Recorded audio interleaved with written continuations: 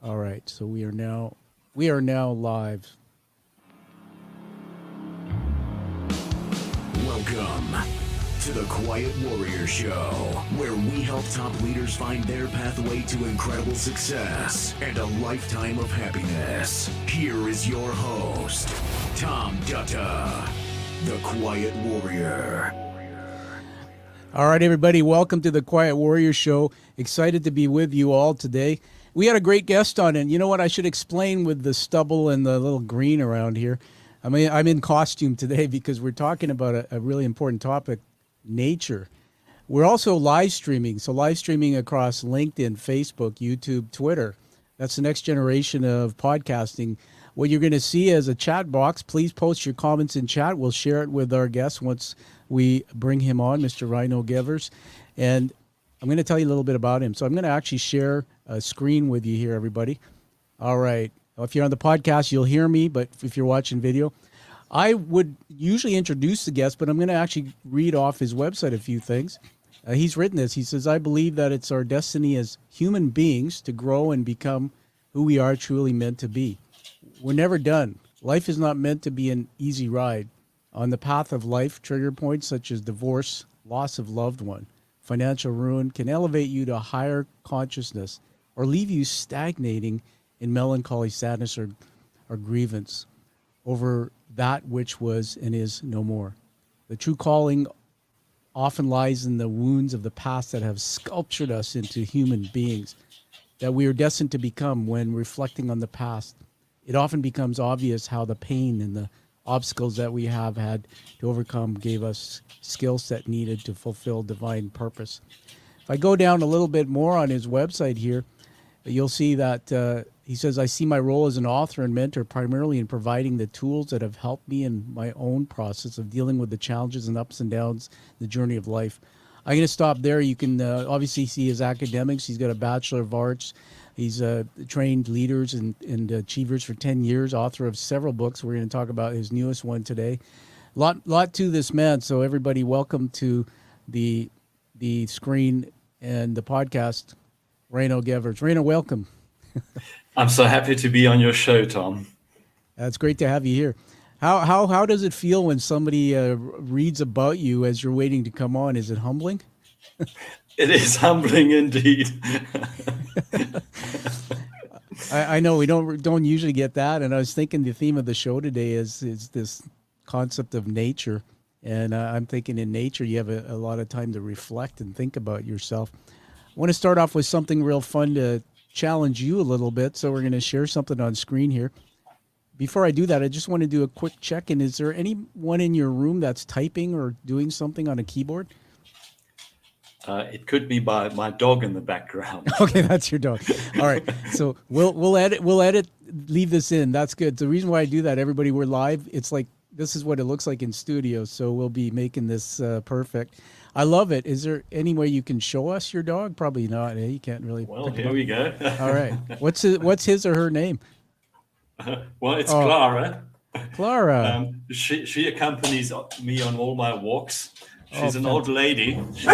She's 12 years old. Oh, that's wonderful. But still very fit and healthy. That's fantastic. Well, thank you. Clara, we love to have you there, and that makes the show real and authentic. It ties in. So I'm going to present something on the screen here, and we're going to take a look. So just stand by right now when I pull this up. Hang on a second. And I'm going to go to share my screen here. Everyone, what you're seeing me do in the studio is we'll pull up several elements today to have some fun with Reino. So here is one of my favorites. Just hold on. I got two screens working here, so we're going to share this. All right, so here we're going to add it. Before I add it on, I want to take the audience back to a moment in time. I found this little gem of a video. Right now, we're going to watch it together, and then I'm going to have you tell us what you thought, felt, and what it makes you want to do. So here we go. So let me just add this. Give me a thumbs up if you can hear the sound once I start it. There have been many remarkable people I've met on the Caminos I've walked. They were a real inspiration for my book, Walking on Edge. One of the persons I met on the Camino Francis some years ago said to me, you know, I've come to the conclusion that there's a big difference between problems and difficulties in life. Problems mainly being events, circumstances out of our control, while difficulties are mainly in the mind.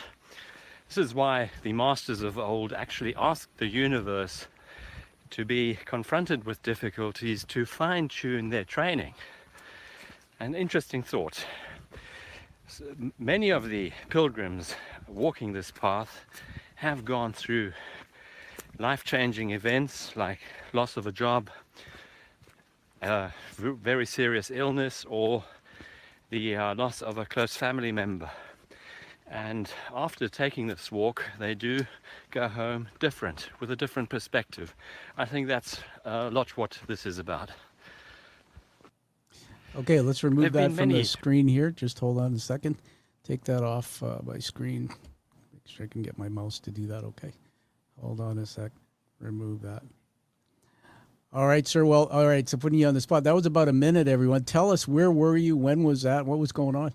Oh, that was about 3 or 4 years ago on the Camino Primitivo. I was walking through a forest, and this thought came to mind that, the universe wants us to push boundaries. And through going through these difficult moments are, in fact, a blessing. And I had a wonderful conversation on one of my first walks with an American pilgrim who gave me these wise words. He said, so much of our time is spent pondering about difficulties that aren't real problems. A real problem is if you have a life-threatening disease, if you face a life or death moment. Most of our time is really all about difficulties. Wow, that's fantastic. How did that emotionally hit you when you watched that video? Because I didn't tell you I was going to put that up. Where were you? What, if we were to label your emotion, there's joy, sadness, anger, happiness. What did that evoke in you? Especially going through that forest, you go within. There are so many fantastic recent studies on how these green and blue spaces in nature reduce your stress levels, your cortisol levels, and that opens your mind to so many thoughts and opens not only your mind but all your senses. Your sense of smell, of feeling, of the aroma in the forest. You feel at one with the universe. You don't have those moments if you're in the daily rut of going about life. We need those moments of solitude, of quietness, to be able to listen to the whispers of the universe. What is the universe trying to tell us? We don't need those hard moments of suffering if we really put our ears and our eyes close to the ground and open our soul to what the universe wants us to become. That is, I just got to say, in the teaching moment right now for the audience, you had me right back into that forest just with the way you explained it. My understanding too, going through a brain injury in 2018 and still working through some of the issues with mental health, is cortisol for me is a big deal. I learned what you said, and I learned also, everyone, that cortisol, while it's good to have cortisol, it puts you in fight, flight, freeze, right? Right? That response. If you're in the forest and you see something in the bushes moving, it's your body's natural smoke alarm to say, go on alert, Tom. I want all your senses to be on alert to figure out, is that danger or is it okay? Cortisol is meant to, smoke alarm I call, is meant to go on and off. But if it's on all the time, it can actually inhibit or block the flow of dopamine and other healthy chemicals that give us happiness. So Reino is such a gift today. He's really taught us something there, everybody, when you come back and see this. I want you to hold up your new book. We're going to give a shout out for that. Oh, it's beautiful. I'm going to full screen you for a minute and just read the title out to us. It's the turning of the circle, embracing nature's wisdom for purposeful living. All right, thank you. You can drop that down Yeah. now again. Everybody, Reino Gevers is the author of many books. This is his latest book, Turning the Circle. You just heard. I also want to say something to you before we get into that, and that is, you said something about life is about challenges, and I think even referencing illness. And I want to dedicate your words to a good friend of mine. I'm actually going to the hospital after this, and I'm going to show him this tape. He has terminal cancer, and right now he's in palliative, and so you understand where his journey is. But he's remarkable. He's spent his whole life learning about things like meditation and being able to use other forces, including nature, to work his way through that. So thanks for saying those comments to us. We're going to have you go to work again. Do you ever do author signings or author readings? Sometimes people want you to read your books. Well, I've done quite a few online, very few that I've actually Yeah. done on location because since Because of COVID, Yeah. the whole industry has changed, Yeah. and I haven't really done many readings in Okay. front of a live audience. Okay. It's been more this type of Yeah. interview that I've done. Well, there is Yes, always but a yeah, first. but coming back to your dear friend, Yeah. life only stops when you actually give your Yeah. last breath, your last out breath. You come into the world with an in breath, and you leave the world with an out breath. Thank you. And there's a wonderful saying from one of the wise teachers of old that we are everlasting souls having a human experience. Wow. Everlasting souls having a human experience. Actually, going to. I got my other camera on here. I'm writing that down in my book here. So, everlasting souls, human experience. That is a teaching moment, everybody. What we're going to do now is we're going to feature our author, Reino, and put up on the screen here. Voila. I love your book, and I got the Kindle edition because I have some vision challenges, so I like to listen to it read to me. So here we go, everybody. We're going to put him on the spot, and you're going to do a little author reading for us. The way this is going to work, Reino, and for those listening to the podcast, they can't see the screen right now, is you will either turn to the pages in your book, or you perhaps read off the screen here. I've highlighted it. When I ask you to start, just read naturally, and it's a couple pages, and this is something you wrote at the beginning of your book. So I'm going to turn it over to you and ask you to just take us through. I'll turn your page for you once you get to the bottom. So over to you. Okay, I think just give me that page number and Sure. Okay, it's in the Kindle book. It's page 11 of 164. It might be off sync with your book, but it's right at the very beginning. And this would be everybody. We're live here with the author of Turning the Circle. This is Reino Gevers. We're going to do a little author reading for you here, and he's turning to that in his book. I believe it's the pages are different, so I'll read it from the screen. Okay, or we can let you find it if it's more comfortable. We can edit this, whatever you prefer. Yeah, I can read it. Okay. The Western mind has a need to achieve, show success, divide and conquer, be it on the open sports field or in the conference room. Similarly, Western medicine approaches illness or disease as a battleground where a virus or bacteria needs to be eradicated by all means. Scars of the battleground are accepted as a necessary part of the territory. We need only think of chemotherapy or other medication with major side effects. In traditional Chinese medicine, the approach is entirely different. The main difference reflects itself in the mindset of the physician. This person lets go of the belief that he or she is the healer. They realize that the healing quality is inherent in each one of us. Illness and disease are approached holistically. There is a deep realization of the many aspects an illness might entail. Sometimes it might be necessary for a deeper meaning or healing process to reach fruition. In its own time, And at a much deeper level, no outsider is really in the position of truly understanding all the mechanisms at work in an individual. Let's pause you there so we can just have a dialogue around that. So, just generally tell us about what you've read there. What inspired that? What are you trying to teach us? Look, I've had quite a few friends and family members, including my own mother, who died at the age of 48 from cancer.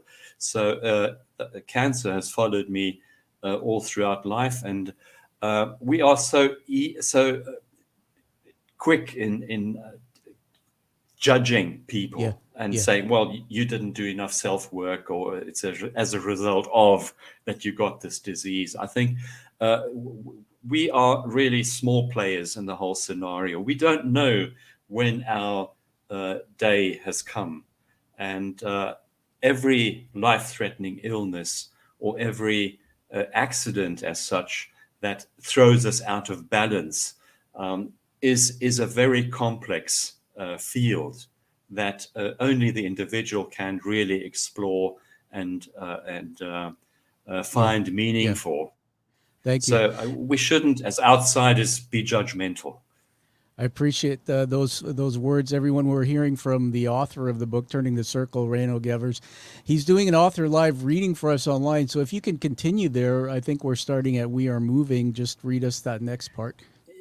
We are moving in a complex field with the 5 elements where every situation has its specific facet and background. Every element has aspects of the other and can swing into the polarity of yin and yang. Reflection in crisis situations is of the utmost importance. What have I learned from this? How can I improve? What am I taking with me into a new cycle of growth? What are my priorities at this moment? These questions are important steps on the eternal ladder of growth and healing that is the soul's path. Living according to the natural laws of the 5 elements means living with the cosmic forces of nature. Resistance to the elements means that they will inevitably turn against us. Stagnation and resistance lead to imbalance and disease. The elements require a constant willingness for adaptation and change, while at the same time, structure is necessary for stability and orientation. The tradition was embedded with all those people who lived nearby and in harmony with nature, and of course the seasonal cycles. Great respect was given to timing and expressed in elaborate ritual. There was a time to plant, a time to harvest, and a time to rest. This is still applicable today, even though the necessity is clouded by the demands of modern life and its luring distractions. Modern man has severed his ties to the natural order of things in the mad striving for material wealth and prosperity.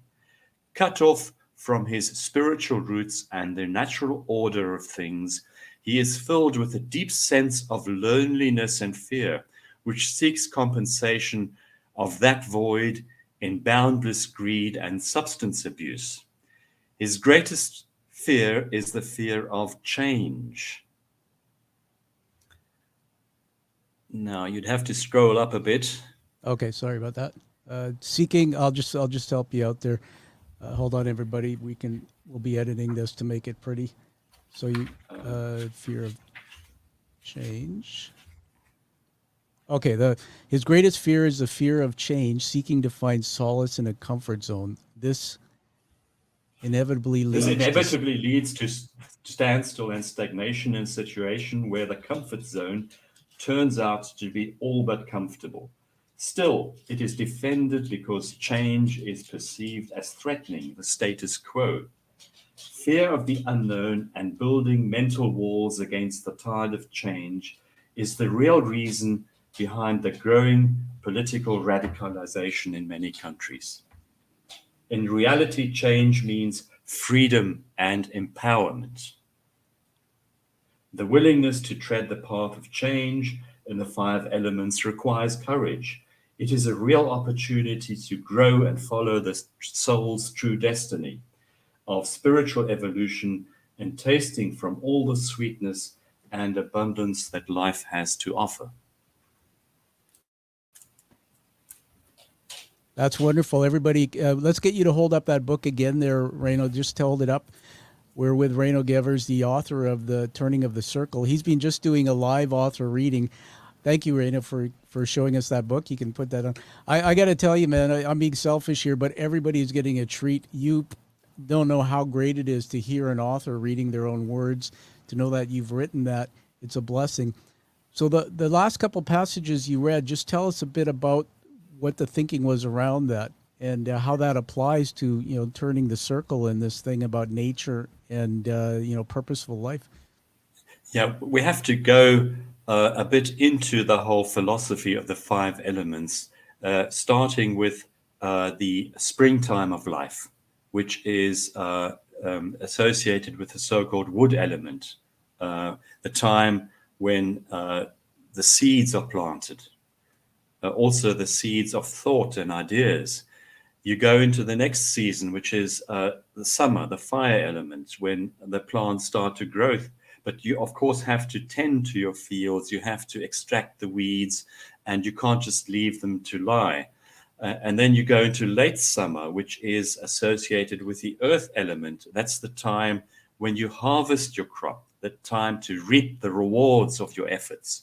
You go then into the autumn period, the metal element, and then the winter period of life, the water element. And each cycle, each element, of course, is also associated with a pair of organs in the body.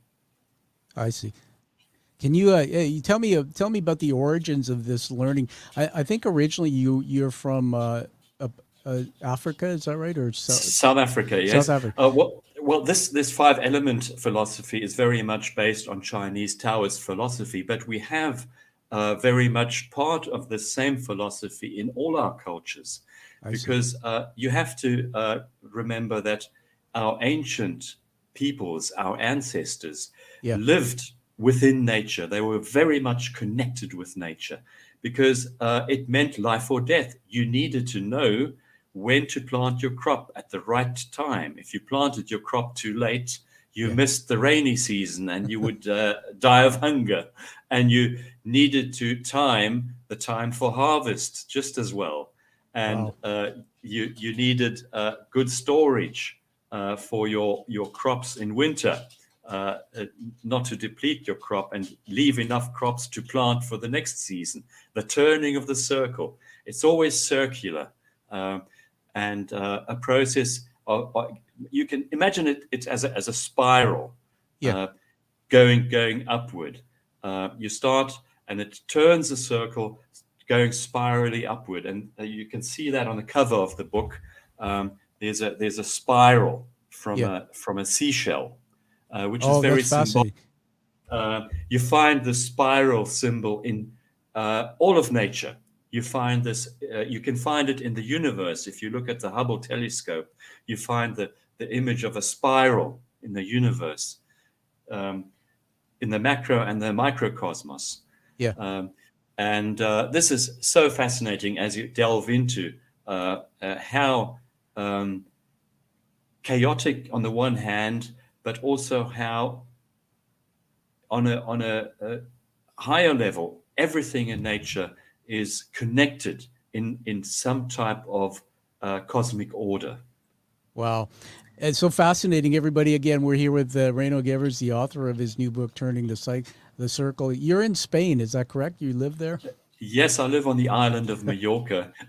And I moved to Spain largely because of my walks on the Camino, my pilgrimage walks on the Camino, where I really fell in love with this country, with its people, and of course with its nature, its wonderful nature and its climate. But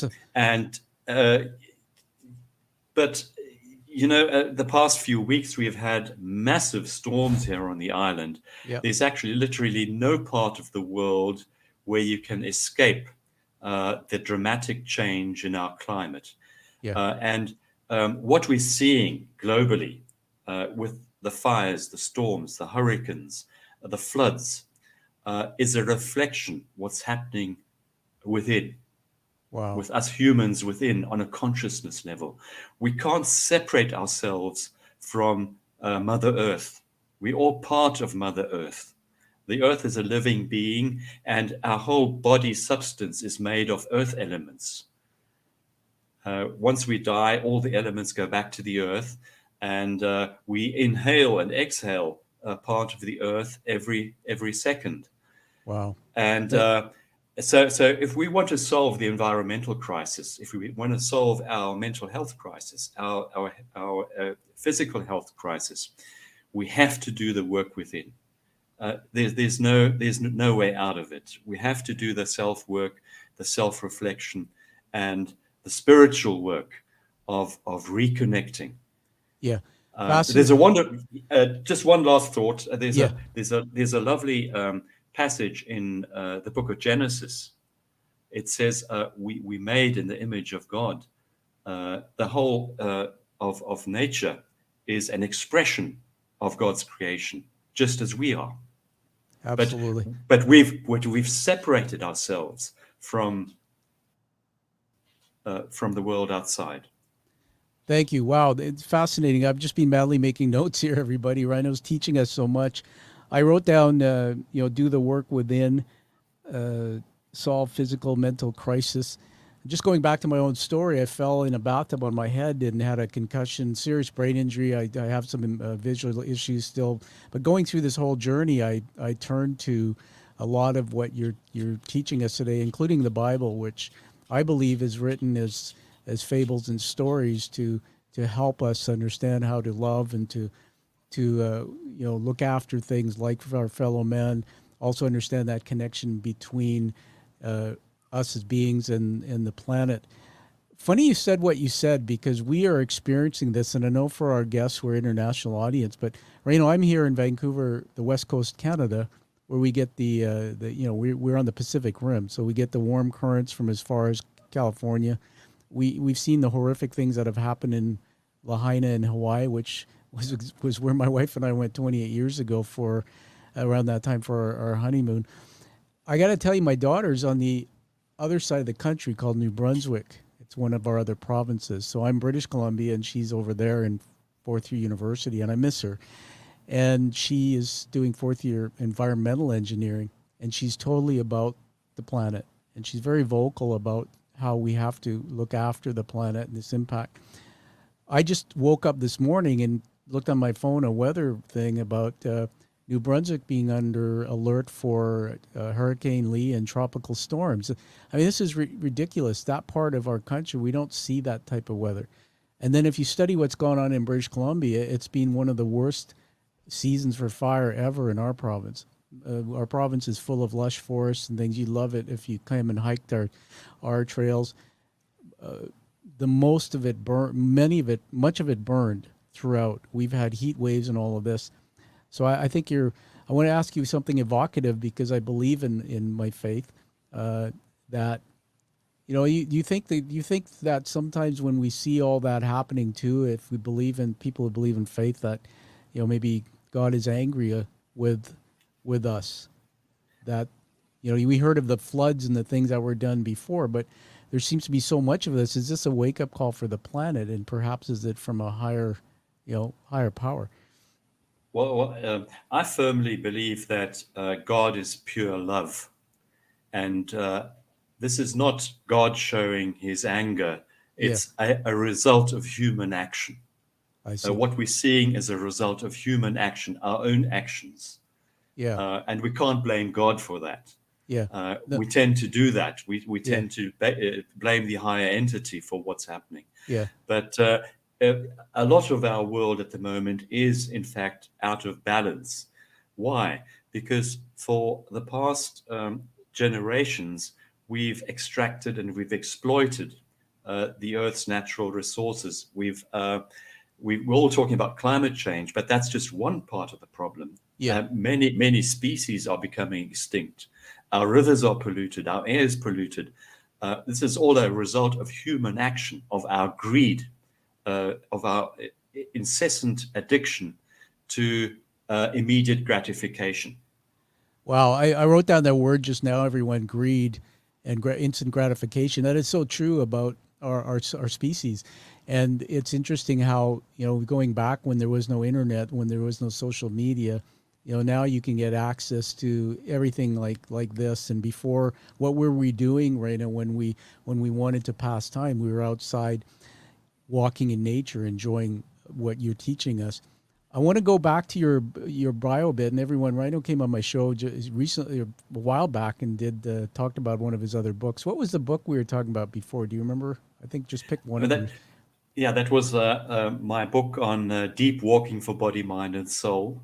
Yeah, A compilation of many of the conversations I had with fellow pilgrims on the Camino pilgrimage route in Spain. And of course, that book again uh, turned into the latest book I wrote because, yeah, of course, you have intense experiences while walking for days and weeks in right. nature. So everyone, You I just want to jump in there for a minute. Everybody, you can go back and find the first show, and Rhino takes us through the actual walk. Just from some refresher here, how long is that walk, and how long does it take somebody to do? And it goes from where to where?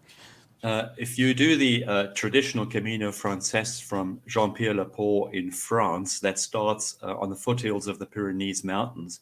Yeah. And then it takes you about 5 to 6 weeks to do this 500, 800 kilometer walk through Yeah. northwestern Spain. It's an ancient pilgrimage route going back many centuries. Wow. And there's even legends that the Celts used it as a path of ritual uh, in pre-Christian times. Yeah. I don't think I told you this, Reno, but between the last show and today, I found it was on not Netflix, but the documentary, and it was filmed with a whole bunch of pilgrims or taking that pilgrimage walk. It was breathtaking, and everything you told me, I remembered you back. I'm so proud of you and what you do. I read somewhere in your notes that you try to do one pilgrimage work, one walk a year. And so, how many times have you done that one, the El Camino? Well, I've done more than a dozen now, Oh my um, goodness! and I've had some really deep experiences. There was one particular experience I had on the Camino Primitivo in the mountains, Yeah, where I started my walk early in the day, and I had a bad night. I didn't sleep very well.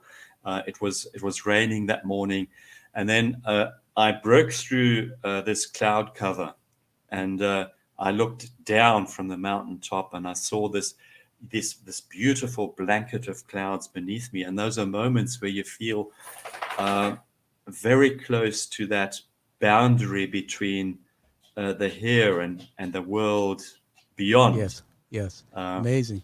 Those are deeply spiritual experiences where you feel at one with, the higher deity.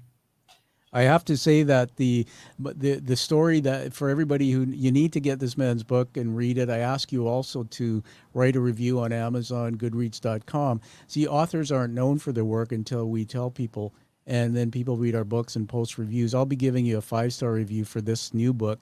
I gave one for the others. What we're seeing on the screen here, everyone who's seeing the video, is we're seeing his Reno's Amazon page. There are actually 4 books there, so you can see the deep walking one, which was just unbelievable, and the new one. Such a beautiful cover, by the way. It really draws me in with that green.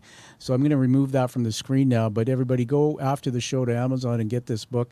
I'm going to mention something that I admire you for, and that was in your first interview. I always bring people on, as you know, and ask for the hero's journey narrative. And I don't have people on if they're showing up with their chest pumped out and telling us how great they are. You're not like that, my friend. But you went through this whole change in your life, which led to burnout and things like mental health challenges. That led you to doing some things differently. Would that be fair to say? Absolutely. I was at a point in my life where I had health problems. Yeah. I had marriage problems. I wasn't feeling fulfilled at all in my work because I was in the media industry at the time, and because of the digital revolution, there was enormous cost cutting, staff retrenchment, and so forth. And I was right in the middle of these negotiations, and I reached a point where I decided, look, something's got to give, and I read Paulo Coelho's book, The Pilgrimage. He wrote this book in the early 1980s. And, there are books that change the trajectory of your life. And that was one of those books. So I read that book in one night. And a few days later, actually, I booked a flight to Spain from Wow. Germany. I was living in Germany at that time. And I did not the full Camino. I did 120 kilometers, but I was in bad shape. I was physically and emotionally in bad shape. So I had the worst shoes you can think of. I had a bad backpack, and I ended that walk with blisters, a sore back, and but something happened. Yeah. I met an Australian pilgrim. That was shortly before the end of my walk, who said to me, well, the Camino is all about walking things off. Wow. And I love it. there's so much truth to that, because the body kind of acts like a recording system. It stores all the trauma and the events you went through life, and I sort of had an inkling of this, and the following year I did the whole route over 5 weeks, Amazing. and that's when things really changed. Wow. I had like lucid dreams. I had memories going back through to my early childhood, things I'd completely suppressed in my subconscious mind. And as I sort of, and you go through really emotionally deep times, Yeah. you're really at the bottom with physical and emotional pain. Yeah. But you have to go through that to experience that turmoil, that inner turmoil. And then, well, there's the saying amongst pilgrims, you have to go through this path of crucifixion, then through the valley of death, and then you go through the redemption and the resurrection. And that's when you've walked most of your things off, and you get that clarity, that absolute clarity. And the clarity that I got was, you got to leave the marriage you're very unhappy in. You got to leave the job that's no longer satisfying. You got to change your life completely. And I did that. Yeah. It was a difficult process, of course, especially if you leave a relatively safe job. And I became self-employed. The first 3 years were difficult. And it culminated, of course, in a new life here in Spain. My partner, Sarah, I met on the Camino 4 years Awesome. ago. Love it. I love it. Yeah. I gotta jump in here, and my heart's warming, and I'm so proud of you. Love your story, and what I see as a stark difference in a man, even the vibrancy out of you. I remember you when we talked before. You were still in that journey, and I don't remember. I think it's when I interviewed you last time. Was it after I had my brain injury? I think so, right? I think so, yes. Yeah. I had done a TED Talk in 2020, 2 years after, but I fell in a bathtub on my head and cracked the tub, actually, and sustained so many injuries. Couldn't walk straight, couldn't speak, I still have double vision, so you look great in twos. And I now have photophobia, by the way. I'm really proud they call me Bono. I have to wear these glasses. I can't process the light. So what happened was, I was doing the Ride for Cancer, 225 kilometers over 2 days, up and down hills, sun and rain. And the first night, what wasn't part of the plan was that fall in the tub that cracked a hole in the tub and really just changed me for life. And they said if I had fallen even a little bit one way, what happened, Rhino, is my legs went out and I broke my fall with my head. I literally 185-pound man, the full force on your head. I landed on the top. It cracked the surround of the tub, but the back here where the vision center is in my brain, it actually cracked the lip of the tub. and I blacked out. My wife came in and found me there. This took me on another El Camino in my mind. And it was interesting because most people don't hear the rest of the story because I don't want to dominate, but I'm going to share it for the sake of telling stories. That night, I didn't think I didn't think I could do the next leg of the ride, which was 110 kilometers. But I remember I was in bed. I didn't sleep. I was leaning against the headboard. My head was pounding, and I didn't know I was brain injured. I just never had a concussion or anything. And I had a single thought, and the single thought was people who have cancer have to fight forward. They don't have a choice. And everything I'd learned from reading your book, which, and I'm not saying this for ego or anything, but reading the book you gave me, Deep Walking, to all the things I'd learned as a CEO turned executive coach who had to really go find myself. So like you, I gave up a 6-figure job. I was in this distress, pain. My life was just not where I wanted it. I got up the next morning, got a bag of Tylenol, got back on the bike, and over 7 hours finished my El Camino, the second 110 kilometers. It was raining. I had glasses on, and I think I was doing this a lot. I don't know if there was tears from the pain or if it was just the rain, but here's my medal they gave me. And whenever I look at this now, Reino, I this is now my El Camino. It anchors in me that I did this despite. So here's my message to you, that what you're teaching us here is life-changing. And everyone, I always sometimes have this thought that, what if I had known a lot of what we've learned through your work at the beginning of my career, earlier in life? How would that have changed the trajectory of life? But there's one thing for sure about nature, and I'll finish with this, that when I slipped into depression, I had my first suicidal ideation, and it scared the hell out of me. I fought against getting psychiatry, but I now have a psychiatrist on my care team for the last 3 years, and it's amazing. You got to get one. And one of the things I learned in cognitive behavioral therapy, Reino, which is cognition is your thoughts, everyone. Behavior is how they behave, and you can actually change the way they behave and the meaning of them, is if I'm stressed out with anxiety and whatnot, they call it one of the skills is do a happy distraction. And on the top of the list was walk in nature. And then I started studying brain science, and I started learning about alpha, beta, and in our current state, like right now, we're in this beta brainwave state where our thoughts are going crazy. You can't remember what I said just 2 minutes ago because you don't hold the thoughts. You just push, they're coming and going. When we're in that state, we can't tap into that, what's almost like an alpha state, the slowest brainwave. It's almost an unconscious state. It's in that state, everyone, that we can focus on one thing only, maybe our breathing, maybe the sounds of nature. And it's in those states, and especially in deep sleep and rest, I've understood, where we start having REM sleep and we untap into dreams, which makes us a better human being because we unlock a lot of the things Reino told us he went through. What my learning from you, sir, and what I've just tried to articulate in my own way, coming together in these fortuitous intersections in our lives, is that if I didn't take in nature, and close to where I live, there's trails. It's called the Burrard Inlet, and I can see a body of water that if I put a boat in it, it would take me out to Asia, the Pacific Rim. When I go out every day on my walk, my friend, everything just disappears, and I get to this almost Zen state where I can hear and tap into all these inner feelings. And I've made some huge decisions while on that walk. Decisions to let things go. Decisions to not take things personally. Decisions to feel that I'm a good person, not a person that the voices in my head tell me some days. So thank you for bringing this and letting me be vulnerable with you and sharing that. And on that note, I'm going to honor you by bringing a special little segment I'm starting on the show today with you. It's called Plato's Garden.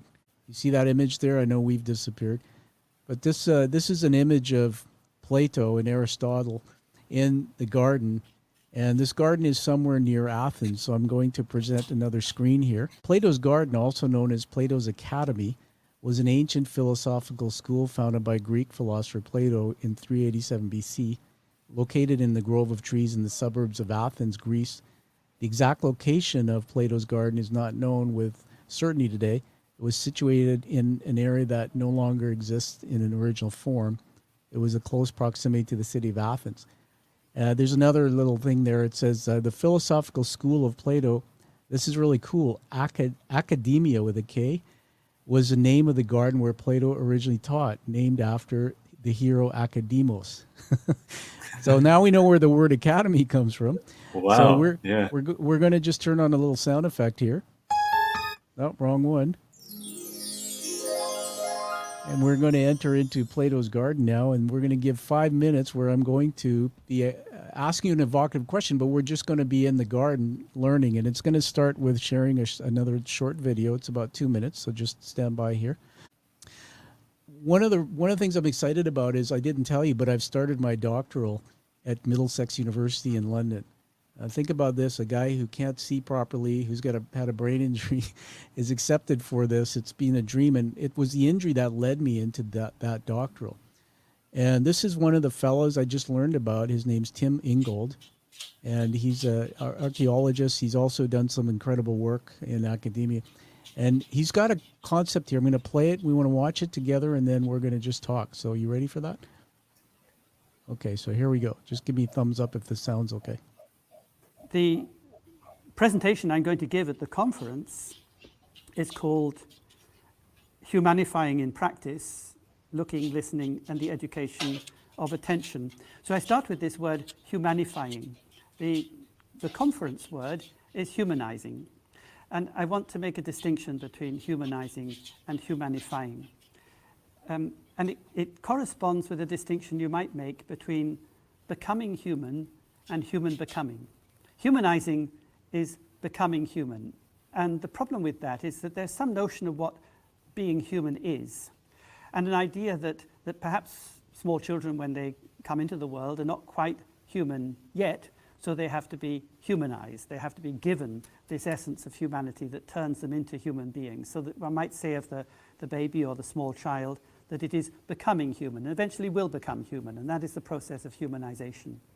Now, I want to turn that on its head and say that humanity, what we being human is a task. It's something we do. It's not as though it's a finished state that we could say, right, we started off with some raw material and now it's humanized. Rather, we continually make our humanity as we go along. And in that sense, humaning, making ourselves human, is a task that all of us carry on all the way through life. And that's what I mean by humanifying. And as such, it's a task that we have continually to work at. And the thing about tasks is they're, of course, things you do, but they're also things that fall to you to do. So that by virtue of being thrown into this life of ours, the one thing we have to do is to carry on with this task of making ourselves and making others, this task of humanifying. So that I want to argue that what we do, everything we do, is contained within or encompassed within what we undergo. And what we undergo is life. Social life is something that falls to us, that we undergo, but we do things within this process of life. I'm just going to take that back off the screen there. So let's have a conversation. We're in the garden here, and maybe I'm Plato and you're Aristotle. In the lens of the work you've done, and back to that little conversation we had, I'll just maybe throw this in that, it's kind of interesting that humanifying is actually almost like throwing us into life to learn before we become. Talk about what that video means in the scope of your life and your work. That is such a nice term to describe it, humanifying, because we never done, are we? No. When we think we've learned something, when we think we've got it now, then the universe comes with another lesson. That's right. I had a conversation with a fellow pilgrim who said to me, if you think you can do the Camino like a sports event, the Camino will humble you. Wow. You know what? That is so true, my friend, because when I was telling you about the ride to cancer, I've never ridden 225K on a bike, and it humbles me. It humbled me. Let me jump in. Can I conversate with you in the garden here? One of the thoughts I had was about both of our lives. If in some way, I was born a little boy, and I was told to become human. You got to become this. My dad used to say, you got to do this. You got to get good grades. You got to go and get good career, etc. So it's almost like this thing I had to become.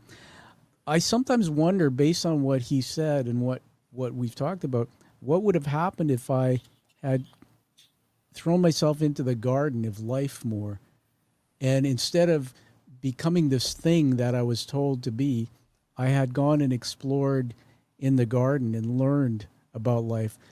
If at a young age somebody had introduced me to walking in nature, where I could be in touch with my thoughts, my soul, and I could start listening more to maybe some of that universal intelligence out there, I sometimes wonder if that would have shaped my life differently. Would I have been a high-pressure CEO, burn himself out? Or would I have had tools to do things to not burn out? Or would I have ended up over here versus 20 years later discovering I wasn't placed where I should have been in my life?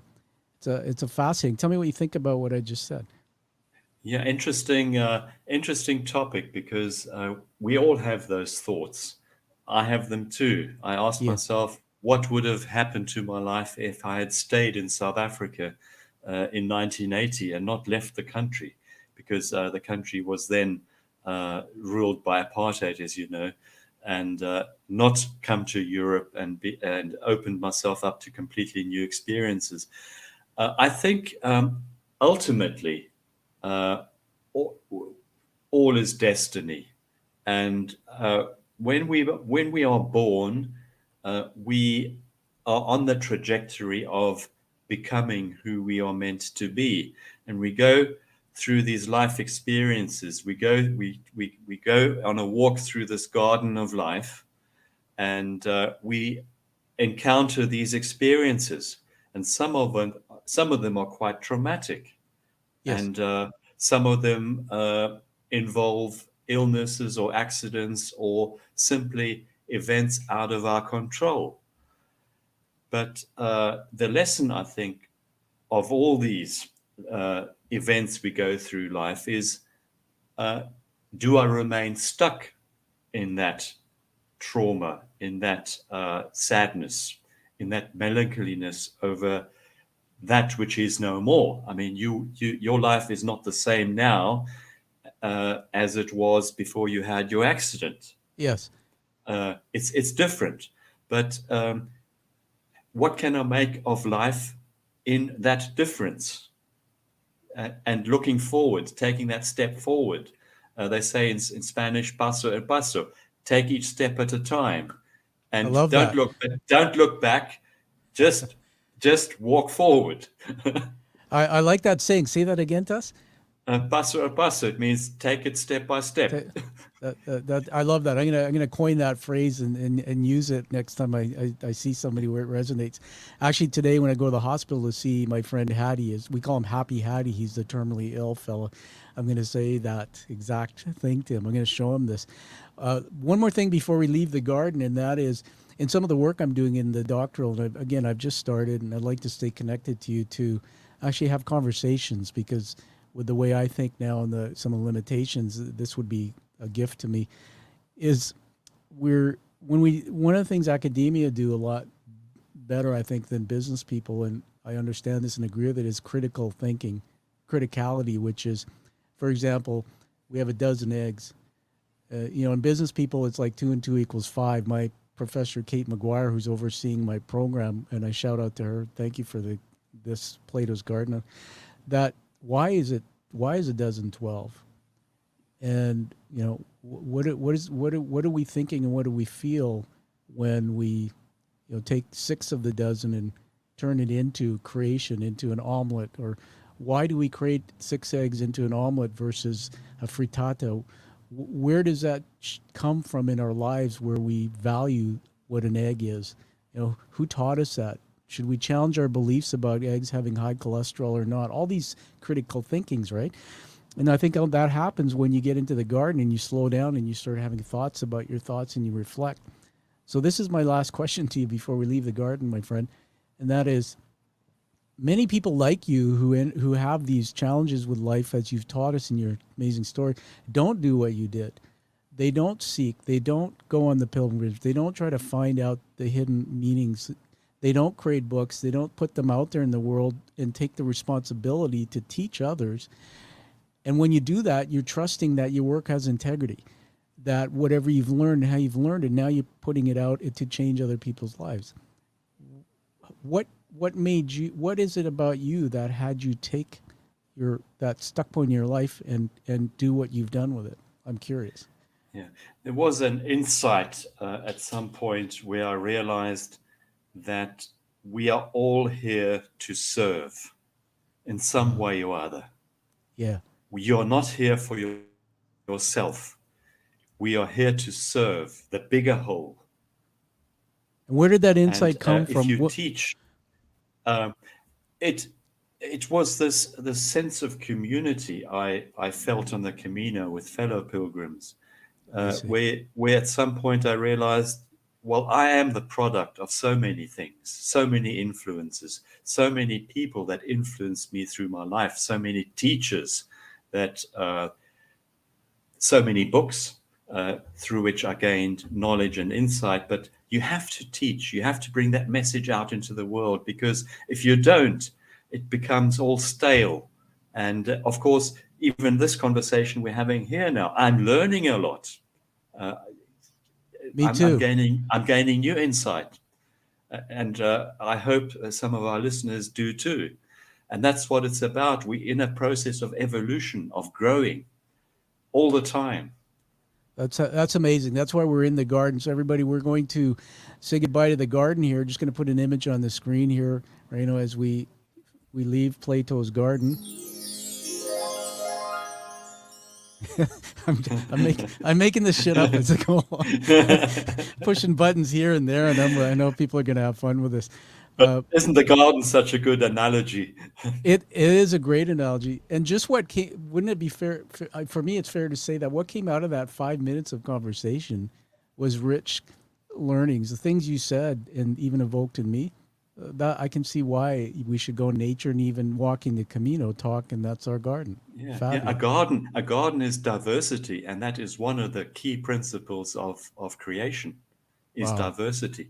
Many flowers, many plants, many species, many thoughts, many ideas, all coming together, but all somehow interconnected. Yeah, absolutely. Amazing.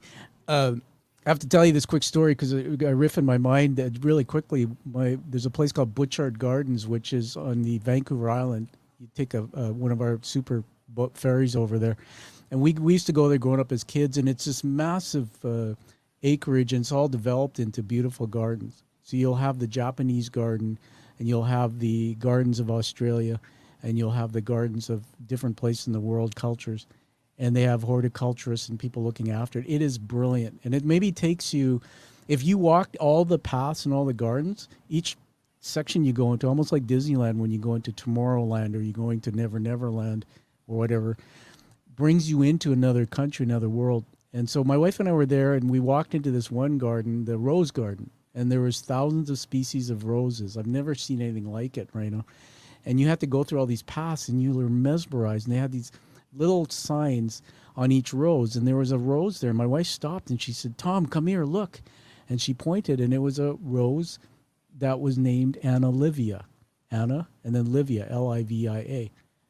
And I opened my eyes. You wouldn't know this unless I told you, but my wife's name's Anna, and her only sister is Livia. And there's in this garden, there's an actual rose with the two of them together. And what's significant is Anna misses her sister. She lives far away, and Anna's over here. And here we are in this walk through a garden, and we find this rose that has the two of them together. And so we've been searching to find the origin, so they can grow it and whatnot. But it's one of those things in the garden where two people connected through, I think something you had said, I forgot the word, where they became one. It was just amazing. Yes. So thanks for letting me share that with you. Yeah, what a wonderful story. Yeah. Now, as we go to wrap up here, I'd like to have you hold up your book again. Everybody, we're with the author. Tell us the title out loud again. Just put it on screen there. It's The Turning of the Circle, Embracing Nature's Wisdom for Purposeful Living. Yeah, isn't that a beautiful cover? Thank you, Reino. You can put her back down there. Everyone, I'd like you to, again, a shout out to order that book wherever you get your books, on and offline, Amazon, and then read it. And I really encourage you to post a review so we can get Reino's work out there on Amazon or Goodreads.com. And before I give it back to you for the last word on the show, I want to read you some words that I've written down here. Just gonna, see be in my other cam in the studio. So I write these, as you know from the last show. These are words, leadership words. I think of, not scripted as you're speaking, and so there's 4 of them. The first one is heroic. Things that you're doing, even with a new book, are simply heroic. To me, a hero is somebody who goes in the unknown, seeks and learns and brings back and shares with the world, doing to help people be heroic, help people make shifts and changes. 2 is wisdom, man. I don't know if you do realize you look like Plato some days with the swampy hair. I wish I had your hair, but you are wise, and the difference they say between knowledge and wisdom is time. Man, you've got that. 3 is nature. I call you nature now. You are to me just a picture of somebody who resembles nature, the natural part of all of us. And the last one, I said this last time to you, is love. It continues to come from you when you're speaking. I can see that coming out of you, just in the way, even when I said a story about my personal story, you look to me like I'm the only person in the world that matters in that moment. And so thank you for that. So let's give it back to you now with your last word, whether it's about the book, where to get it, anything at all, before we move to wrapping up. Yes, thank you so much for having me, Tom, and for your wise words. Ultimately, we all connected. We interconnected as human beings from different nationalities, different races. We are the same. We have the same needs, feelings, emotions, and we are also interconnected with nature, which is a part of us. And I hope that more of us contribute to this evolution of consciousness in humanity. Fantastic. What great words, everybody, you heard here from my guest today. He'll be back again, I know, Reino Gevers, with, I'm sure, another book. But find that true purpose as you've seen he has, and he's done it through that turning the circle, the full circle, and understanding nature. Live that purposeful life, and the one that you deserve and desire. And we'll see you all again on the Quiet Warrior Show. Thank you, Reino, for being here. Thank you, Tom.